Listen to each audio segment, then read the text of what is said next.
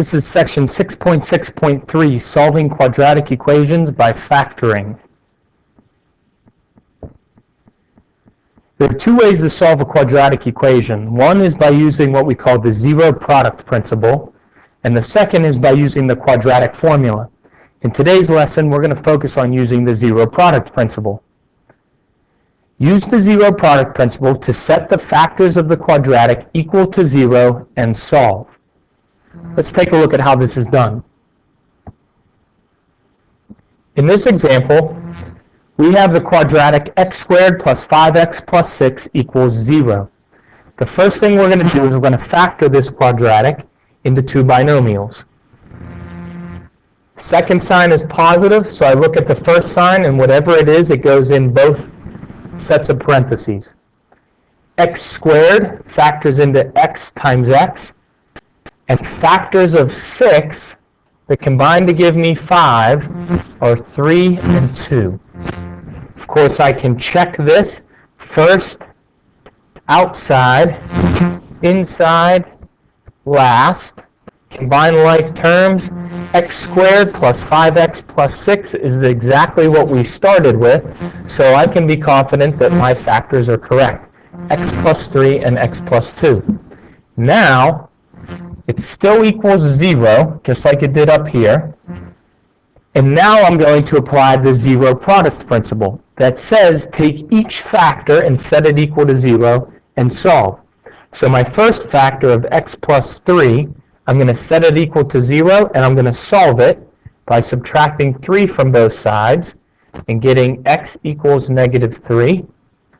Then I'm going to take my next factor, x plus 2, and set it equal to 0 and solve for x by subtracting 2 from both sides and get x equals negative 2. So what this means is the values of negative 3 and negative 2 satisfy this quadratic. Let me double check it for you. We can plug in negative 3, so negative 3 squared plus 5 times negative 3 plus 6 should equal 0. Well, negative 3 squared is 9 plus negative 15 plus 6. Well, 9 minus 15 is negative 6. Negative 6 plus 6 does indeed equal 0. So you can see that when you take your x and you plug it back into the original quadratic, you can verify that you have the correct answers. So in this case, x equals negative 3 and x equals negative 2 are the solutions to this quadratic equation. All right, in this example, you can tell our quadratic isn't looking quite right. X squared minus 11x equals negative 10. We must put the quadratic in standard form before we start to solve it. What that means is ax squared plus bx plus c equals 0. Everything must be on the left side equaling 0 on the right side. So in the quadratic that we have for this problem, we need to add 10 to the other side, or to both sides. So we end up with x squared minus 11x plus 10 equals 0. Now we're ready to factor the quadratic into two binomials. Second sign is positive. Look at the first sign. Whatever it is, it goes in both. X squared factors into x and x. Factors of 10 that combine to give me negative 11.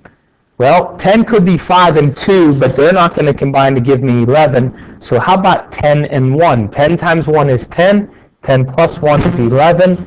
There we go. We can check this by foiling, but I think that one's simple enough to foil in your head. Zero product principle. Take each factor, set it equal to 0.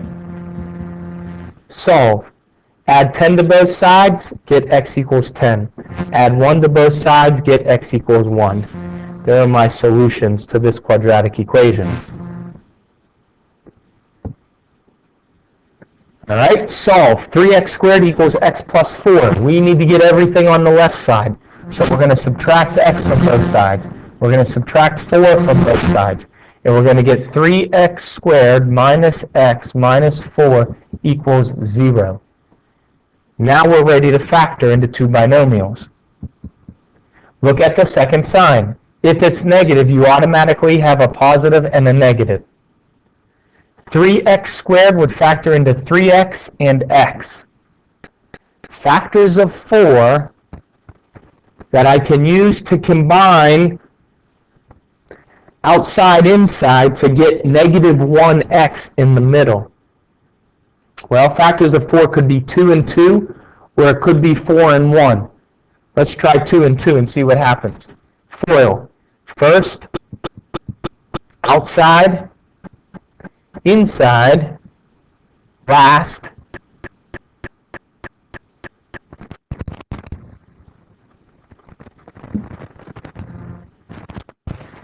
combine like terms, negative 4x. That's not going to work for me. So I have to go back and I have to look at my factors again.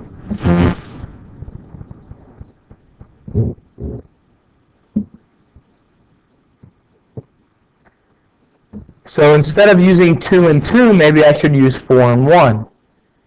Well, okay, 4 and 1. So let's go 4 and 1. Outside would give me negative 3x. Inside would give me positive 4x. Combined like terms, that would give me positive x. But I need a negative x, right there, negative x. So what I'm going to do is I'm going to switch the signs. Because I have what I wanted 1x, but I'm going to switch the signs here. So this will become my negative sign. Negative, positive. Now, whenever I check my factoring by foiling, I'll have outside positive 3x, inside negative 4x, combine like terms to get negative x. That's what I wanted in the middle of this.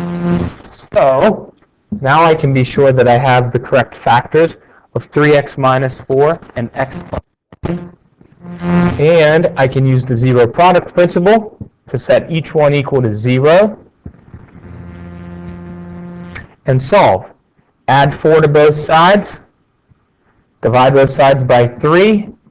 X equals 4/3.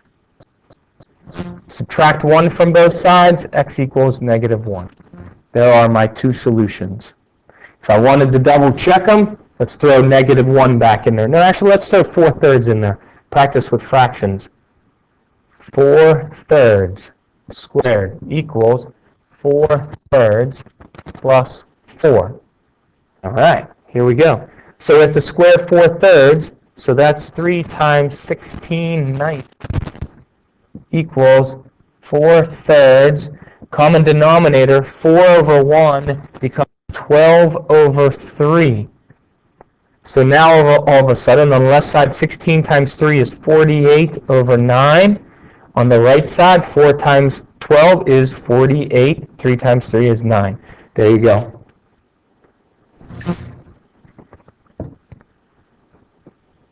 All right, now our quadratic is starting to look pretty crazy here. It doesn't even really look like a quadratic because we know a quadratic has a squared term in it, right? ax squared plus bx plus c equals 0. I can't even see a squared term in this. But I'm smart enough to know that when I distribute the x times 6x, I'm going to get 6x squared. So it is a quadratic. Then I distribute to the 13, and I get plus 13x. Then I have my plus 6 equals 0, and voila. Looks like a quadratic to me. All right, so now we're ready to factor it into two binomials. All right, so look at the second sign. It's positive. So I look at the first sign. It is positive, so positive in both. All right, so things are a little bit complicated here because factors of 6, this 6 over here could be 6 and 1 or 3 and 2. The factors of this 6 over here could be 6 and 1 or 3 and 2. So I need to match up my factors so I get this middle term of positive 13x. So let's think on this for a minute. If I do 6 times 6, that'll give me 36. I want 13x. That's not going to work for me. 6 plus 6 is 12. I'm thinking I need to do 9 and 4. How do I get 9? By doing 3 times 3.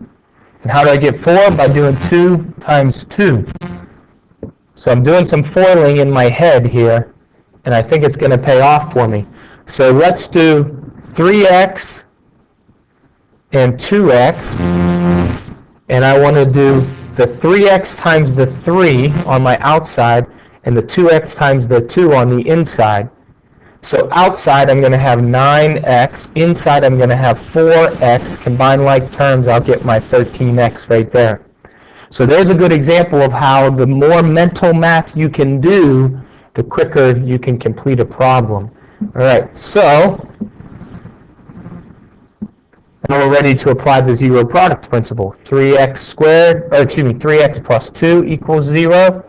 2x plus 3 equals 0. Solve for x. Over on the left, I'm going to subtract 2 from both sides. Divide both sides by 3. I get negative 2/3. On the right, I'm going to subtract 3 from both sides. Divide both sides by 2 and get negative 3/2. Again, I could plug these back into the original equation to see that I get a true statement to confirm that these are my correct answers.